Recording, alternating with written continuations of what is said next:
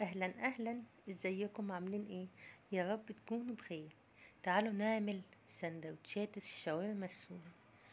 تحفة بجد يا جماعة، حاجة كده من الاخر احلى من بتاعة بره.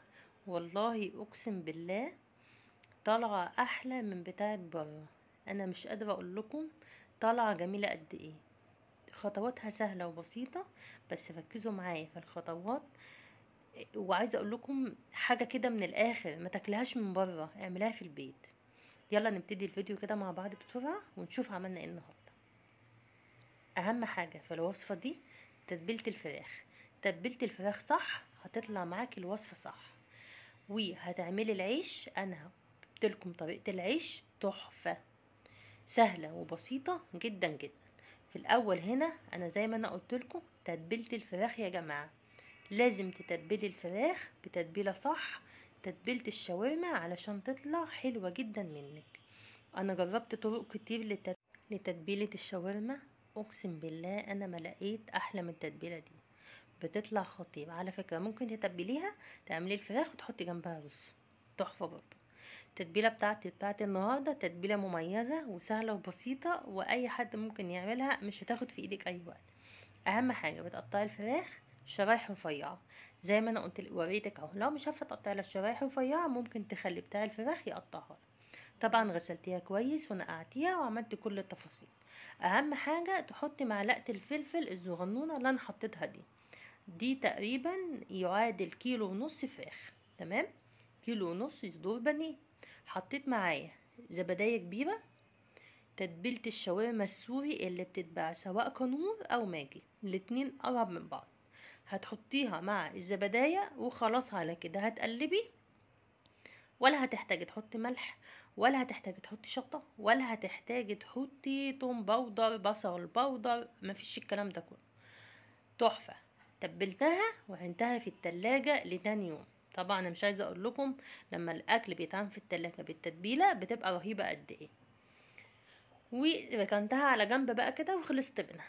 بعدين قلت لما اعمل، طبعا الشاورما بتبقى عايزة في الساندوتش الفراخ، الخيار، التومية. جه بقى الدور على ايه؟ على الخيار. قطعت الخيار حلقات صغيرة زي ما انتوا شايفين. ويلا بقى كده ندخل على الايه الخيار. الخيار بقى هنعمله ازاي بطريقه سهله وبسيطه جدا ومفيهوش افتكاسات.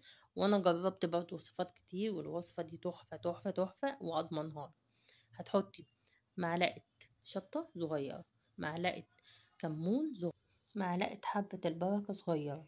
هتحطي على كوبايه الميه، طبعا انت بتعملي الخيار كيلو 2 كيلو 3 كيلو براحتك.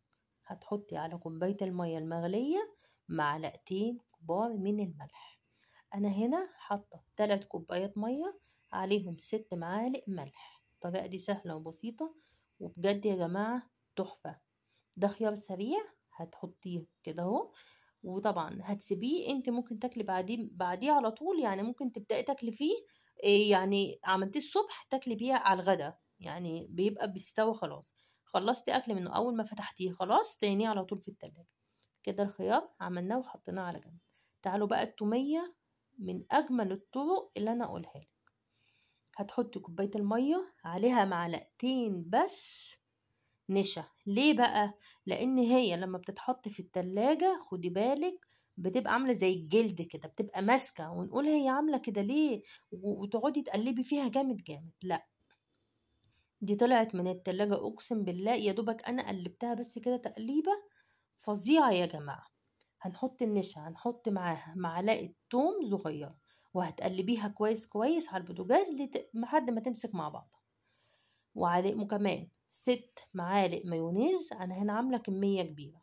6 معالق مايونيز، 6 معالق زبادي.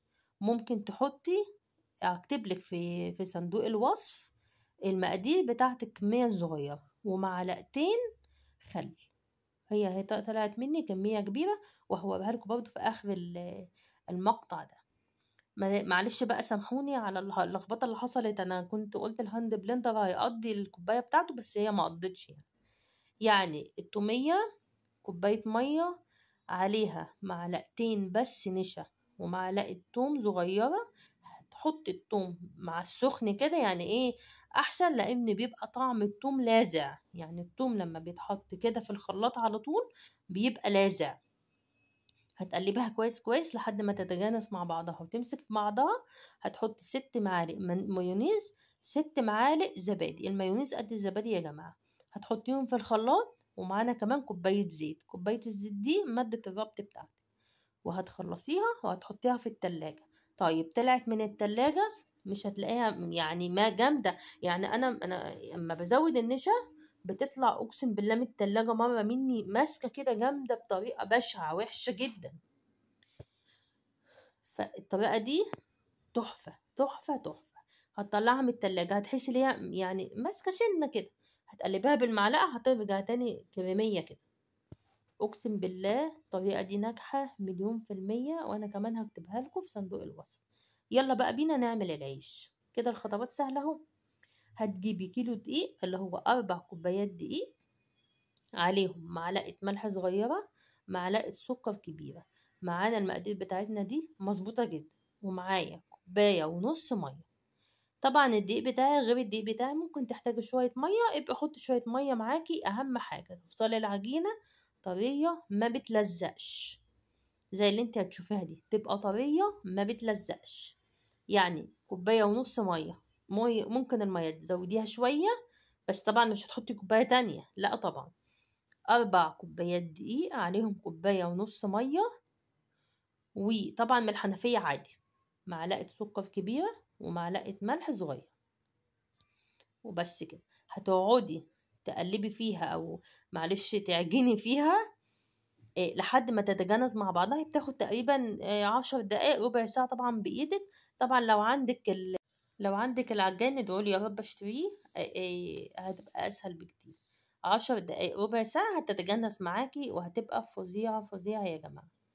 أهم حاجة تبقى عجينة طرية ما بتلزقش. والله ممكن لو انت مثلا زودت مية وما اخدتيش بالك بقى ولقيتيها لزقت منك، يعني حطي رشة دقيق بس كده. يعني انا بقول لك كل الخطوات اللي اي ست بيت بتعمل الحاجه ممكن تقابلها يعني تقول لك انا الوصفه لا مش صح، لا الوصفه بتبقى صح، بس ساعات ممكن انت تعملي غلط من عندك. تمام اهو، شوفي طلع عامل ازاي. انا هقطعه، هو عمل معايا حدود 15 16 رغيف. بس انت بقى هقولك حاجه، لو عايزاه اكبر، يعني لو عايزه العيش كبير، انا طبعا ما كانش عندي السماحيه اللي هو يبقى العيش كبير كده، يعني الصينيه اللي عندي ما كانتش كبيره، فطلع الرغيف مني صغير بصراحه. اعمليه 12 او 13 رغيف، هيطلع منك رغيف سوري كبير. اسمعي مني النصيحه اللي انا بقولها لك دي، طالع والله العظيم يعني الوصفه مظبوطه، مقادير والله بجد مظبوطه، واضمنها لكم 1000000%. بس انا زي ما انا قلت لكم الرغيف طالع، لا قطعي مثلا الكيلو الدقيق خليه مثلا 12 13 رغيف. واخدي بالك من حته مهمه جدا، اللي انت اهم حاجه الكور دي تبقى قد بعضها. بس غطينا بأكياس، وبعدين قمت حاطه عليه قماشه. ويلا بقى على البوتاجاز هنحط نص كوبايه زيت، معلقتين دقيق، هنقلب كله مع بعضه بحيث اللي هو ما يبقاش مستوي، لا هيبقى سخن، يعني يا دوبك يغلي مش هيغلي، يعني يا دوبك يبقى سخن يعمل المنظر ده. هنرجع كده تاني، احنا سيبنا العجينة حدود نص ساعة لحد ما نعمل الخلطة بتاعتنا دي، عشان الرغيفة بتاعتنا ما تمسكش في بعض. بس كده، يعني هنسيب العجينة ترتاح نص ساعة لحد ما نعمل السائل ده، او اللي هي المادة دي اللي هي الدقيق مع الزيت، علشان نخلي الرغيف بتاعتنا ما تلزقش في بعض. وبس هنكور كده، هنجيب الكور، هنعمل حدود 4 أو 5 كور مع بعض. أهم حاجة يبقوا قد بعض، أهم حاجة يا جماعة يبقوا قد بعض. هتحطي شوية دقيق، هتفرديها كده كلها تبقى قد بعضها، وهتبدأي بقى بالنشابة. هتبدأي تعملي هتجيبيها حبة يعني تفرديهم وهتقلبيها. يعني اهم حاجة عملتي خطوتين تقلبيها. برضو انا بقولك على الغلطات اللي انت تاخدي بالك منها، علشان الرغيف اللي تحت انت لو ما قلبتهاش هيحصل. بصي شوفي انا بوريكي الغلطه دي، تاخدي بالك اللي هي الرغيف اللي تحت طلع صغير. لا، المفروض انا هوريكي بقى في الخطوه التانية اللي انا عملتها اللي بعد دي، هي المفروض تبقى كده.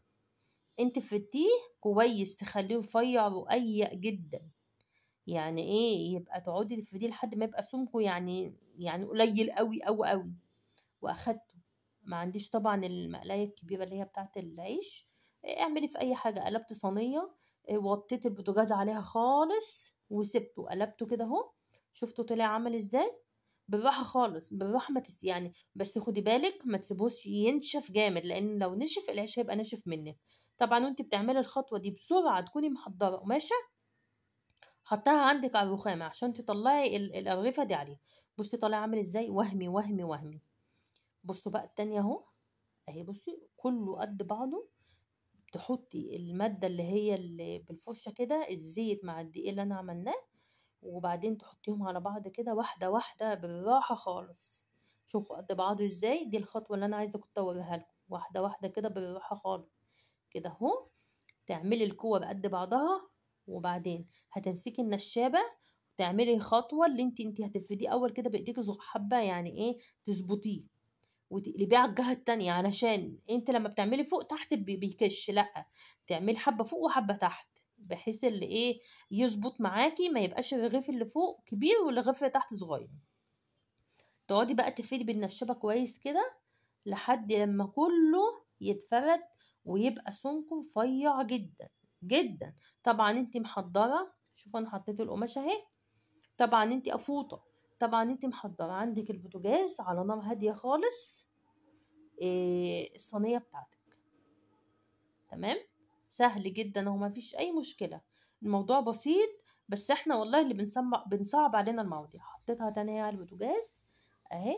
طبعا شايفين انا فرداها بالراحة وسايباها تاخد وقتها، هي بتاخد يا دوبك اقسم بالله دقايق، دقايق على البوتاجاز، ما بتاخدش حاجة. قلبتها شمال ويمين، قصدي فوق وتحت فوق وتحت، وبدأت ايه ابص كده على الاطراف، يعني ايه اول ما تبتدي اللي انا اقدر اشيل منها اطلعها على طول، لان ايه هي لما بتاخد وقت جامد على البوتاجاز بتنشف. العيش بينشف وما تسيبوهوش بره في الهواء لان هينشف منه. هي الخطوات بتاعه العيش السوري سهله، شايفين، بصوا تحفه تحفه. شايفين سمكه رفيع خالص، طلعت الاربع ترغيفه سهلين وبسرعه والله، يعني ما بياخدش وقت. او التاني طلع معايا اهو، بصوا عامل ازاي، فظيع يا جماعه اقسم بالله. بصوا شايفين، وتطبقيه في ايديكي ولا كلمه. طريقه الحفظ بتاعته، حطيه في كيس بلاستيك وفي الفريزر، وما تحبي تطلعي تاخدي منه، ده انا عايزه اقولك ده ممكن تحشيه اي حاجه. يلا بقى، بعد ما خلصنا هنجيب بقى، بعد ما عملنا العيش بقى وظبطنا نفسنا، قطعنا بقى بطاطس، ويلا بقى على الشاورما اللي احنا دلوقتي ايه، تطبيق. بعد ما جبنا الفراخ بقى من التلاجة احنا كده خلصنا. حطينا شوية زيت، حتة زبدة او سمنة، وسخنا الزيت قوي. لازم نعمل الفراخ صدمة عشان تبقى فظيعة فظيعة. بصوا اهي، ما تقلبيش، سيبيها كده شوية عشان كمان ما تنزلش كل المية اللي فيها وتبقى ناشفة. بالراحة خالص كده تحطيها على النار. بعد ما انا خلصت العيش وخلصت التومية وخلصت الخيار وكله كله كله، الخطوات دي يا جماعة ممكن تعملي التومية والخيار من بالليل عشان ما تحسيش ان انتي تعبتي يعني، او الموضوع بسيط طويل عليكي، وانتي كمان لو هتعملها تاني يوم. انا بعد ما عملت الفراخ نقلتها في صينية تانية، لان انا كنت عايزة احركها في الصينية التانية بتاعتي، ما كانش ليها ايد، فسبتها كده. قلت ايه، على عين برضو عالية، ما توطيش النار، يعني سيبي النار عالية بتاعتك لحد ما تستوى. هد يعني قبل ما يعني هد النار سنة بسيطة، إيه، بحيث تستوى كلها. تقطعي بعد كده إيه بصل، وتبداي ايه بس البصل يدبل ويبقى فيه القرمشة بتاعته دي. طبعا انا كنت قلي بطاطس. يلا بقى على حشو السندوتش سهل. هتحطي تومية، هتحطي إيه فراخ، هتحطي بقى الخيار. شوفوا طالع الخيار عامل ازاي. بصوا التومية اللي انا قلت لكم عليها، بصوا ناعمة خالص ازاي. وطبعا معايا البطاطس، حطيت بطاطس، تومية، خيار، إيه قفلته بالطريقة دي زي ما انتوا. عيش سندوتش سوري التانية اهو. بصوا اصلا انا بوريكم، شايفين منظر السندوتش، شايفين منظر العيش فظيع.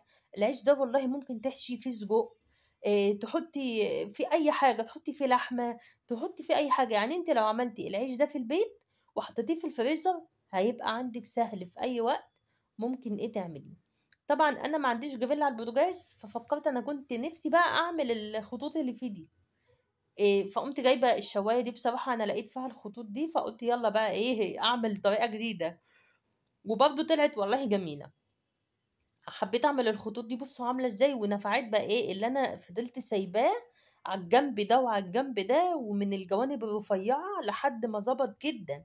وطبعا كان كله سخن، يعني انا اللي بسطني كان اللي هو كله سخن، فما عملتش بقى شويه وطلع شويه بقى باردين، لا كله لما جينا اكلنا ما شاء الله كل العيش سخن، فكان جميل بصراحه. فدي برضو خطوة كويسة. يعني انت لو عندك جريل على البوتاجاز، لو انت عايزة تعملي الخطوط دي، ما عندكيش خلاص مش مشكلة. انا كنت بعمل في المقلاية اللي انا بحطه شوية يمين وشوية شمال عادي، برضو ما بيخسرش يعني، وبيدي نفس النتيجة ونفس الطعم. طبعا انا بعد ما الفراخ خلصت عملت كمان بالباقي بطاطس، يعني ايه عملت، يعني دي سندوتشات فراخ وسندوتشات بطاطس. بس انا عايزه اقول لكم يا جماعه بجد نصيحه، ما تجيبوهاش من بره، السندوتشات دي بره غاليه قوي. قومي واتعبي، هو مش تعب كتير يعني، يعني هو بس هي تفاصيلها اللي انت هتعملي التومية والخيار في بيتك والكلام ده، والله بيبقى انضف من بره والله واطعم من بره. واللي اكل قال لي احلى من بتاع بره ده بجد والله. جربوه صدقوني مش هتندموا، وحلو جدا، وطريقة انت عاملاها في البيت عندك. والله العظيم انا والريحة كانت جنان جنان، اصلا السندوتش مبهر وطعمه فظيع.